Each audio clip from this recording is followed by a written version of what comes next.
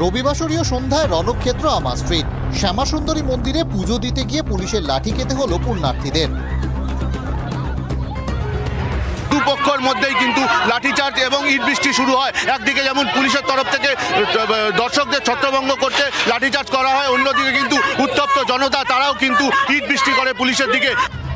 ঘটনার সূত্রপাত সন্ধে 6টায়। পুলিশের দাবি সেই সময় মন্দিরের দরজা বন্ধ করে কর্তৃপক্ষ। তারপরেও পুজো দেওয়ার জন্য ছিল ভিড়। মন্দির কর্তৃপক্ষের কথা মতো পুলিশ পুণ্যার্থীদের সরে যেতে বললে শুরু হয় বিক্ষোভ।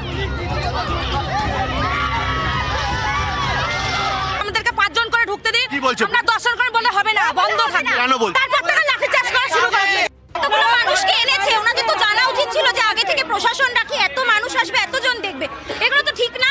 মন্দির খুলবে না, কে বলে? উনি যদি কাল অমাবস্যা আনতে পারেন, আমরা আবার কাল আসবো। আমরা ওখানে যখন দূরে ছিলাম, এখানে লাঠি চার্জে আমরা পিছনে হয়ে গেছি। আপনারা তো অনেক দূর দূরান্ত থেকে উনি নিজেকে ভগবানকে নিজের একার ভেবে নিয়েছে। মুহূর্তের মধ্যে বদলে যায় পরিস্থিতি। ভিড় সরাতে গেলে পুলিশের দিকে ধেয়ে আসে ইট চটি। বিশৃঙ্খল পরিস্থিতি সামলাতে লাঠিচার্জ বলে দাবি পুলিশের। মেয়েদেরকে জামাতে জানা হয়েছে, ছেলেদেরকে লাঠিচার্জ করা হয়েছে, জেল মারা হবে ওরে আমাদের। এমন কি মেয়েদের গায়েও হাত তুলেছে। পুরোহিত কোথায়? কমিটি কোথায় গেল? কমিটি দেখে দিল তো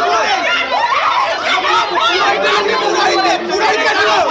পুলিশ প্রশাসন আছে আমাদের, ওনারা বছরে দোল একবার হয়। অশান্তিটাকে শান্ত না করে পুলিশ লাঠিচার্জ করে প্রত্যেকটা দর্শকের দিকে লাঠিচার্জ করেছে। তারপরে লাঠিচার্জ করছে কেন? মেয়েদের গায়ে হাত তুলছে কেন? যে ধর্ম কর্ম ভগবান, পুরোহিতের কি একার? মন্দিরটা কি পুরোহিতের একার? কেন মন্দির বন্ধ করেছে? এবং ঘটনা তৈরি হলো, কেন লাঠিচার্জ করতে হলো? তারা তো দর্শন করতে এসেছিল, কেন লাঠিচার্জ করা হলো? পুণ্যার্থীদের ছোড়া ইটে জখম হন এক পুলিশ কর্মীও।